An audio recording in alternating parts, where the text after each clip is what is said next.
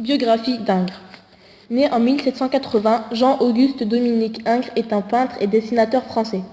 Il a reçu une éducation artistique précoce. Ingres étudie à l'Académie de Toulouse, puis part en Italie pour étudier l'art classique, notamment les vases grecs. Il reçoit le prix de Rome et devient aussi membre de l'Institut. Ingres reçoit le poste de directeur à l'Académie de France à Rome et décide de revenir à Paris que quand il sera reconnu sans équivoque. Les thèmes travaillés sont la nudité et le paysage. Il peint de façon précise, détaillée, lisse et uniforme. Il est réaliste dans ses dessins. Il essaie de faire une représentation réelle des personnages qu'il peint et stylise ses dessins. Les harmonies se font rares et les teintes sont franches. L'arabesque domine ses dessins. Le mouvement culturel. Le principal mouvement est le néoclassicisme. C'est une tendance artistique qui domine la seconde moitié du XVIIIe siècle et le début du XIXe. Il fait retour au modèle de l'Antiquité classique, notamment par l'art grec et romain.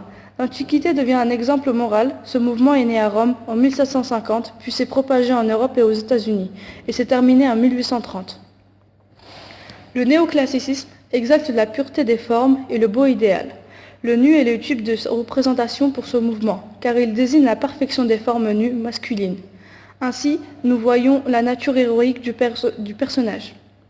De plus, les gestes et les attitudes des personnages s'appuient sur les diagonales du tableau. Les tableaux représentent souvent des espaces refermés par les éléments de l'architecture. Cela est une boîte ou une pièce de théâtre dans laquelle les personnages sont inscrits. Enfin, la technique picturale est lisse, c'est-à-dire qu'il n'y a pas de traces de pinceau ou de brosse. Le néoclassicisme est certes le principal mouvement du tableau, Oedipe et le Sphinx, mais il est aussi teinté de romantisme. Le contexte historique. Le néoclassicisme est apparu à la fin du siècle des Lumières et le début du XIXe siècle. C'est la fin de Louis XV et le début de Louis XVI. C'est la période de l'Ancien Régime. Il est aussi suivi par le temps de la révolution politique et industrielle. C'est la lutte pour la démocratie. Liberté, égalité, fraternité, abolition des privilèges de l'aristocratie et de la monarchie. Ces deux révolutions partagent l'idée du progrès. Description de l'œuvre. L'œuvre est divisée en plusieurs contrastes. La lumière éclaire Oedipe qui incarne la raison, la droiture et la pensée. Elle est placée au centre de l'œuvre. L'obscurité assombrit le sphinx qui est placé en haut à gauche de l'œuvre sur un rocher et qui fait face directement à Oedipe. Les yeux du sphinx et ceux d'Oedipe ne se rencontrent pas car la tromperie n'ose pas regarder la vérité en face. Les lances que tient Oedipe sont pointées vers le sol, là où se trouvent les victimes du sphinx. Elles ne sont pas maniables facilement car elle incarne l'intelligence et il tuera le sphinx avec celle-ci. Néanmoins, tous deux ont un point commun. Leur bras gauche étendu, l'un est dans la lumière et l'autre dans l'obscurité. Interprétation de l'œuvre. Dans le tableau Oedipe et le Sphinx, Jean-Auguste Ingres veut mettre en valeur l'importance du mouvement des Lumières. Pour cela, il confronte la vérité et le mensonge, la lumière et l'obscurité, la sauvagerie et la raison. Ainsi, Oedipe incarne la raison, le savoir et la lumière, propres au génie humain. On peut le constater par le travail de mise en lumière. En effet, la lumière en forme de triangle éclaire Oedipe et met en valeur sa nudité, de même que le blanc de sa peau.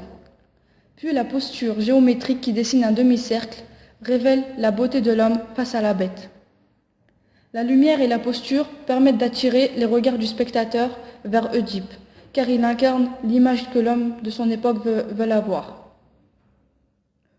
En outre, la réflexion du personnage est mise en évidence par sa pose. Oedipe se trouve en position de réfléchir et il est stable. Son doigt est levé, ce qui signifie qu'il a trouvé la réponse à l'énigme. Aucun membre de son corps n'est mal placé. De plus, il est droit, ce qui signifie qu'il est sûr de lui. Son compagnon, qui fuit au regard du sphinx, accentue le courage d'Oedipe.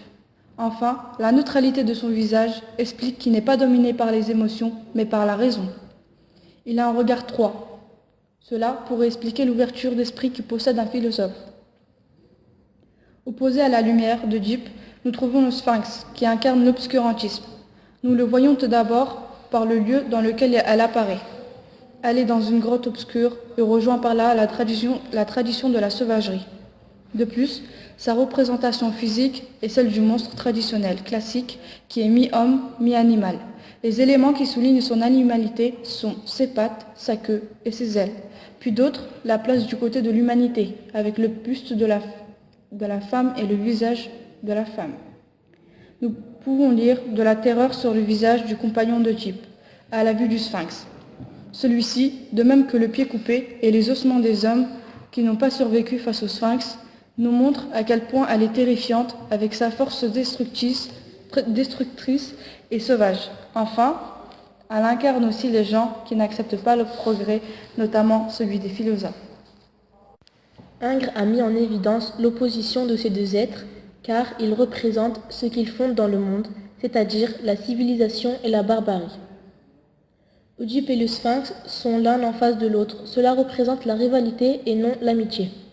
La civilisation a besoin de la réflexion comme celle-ci des lois, il n'a pas besoin de la violence.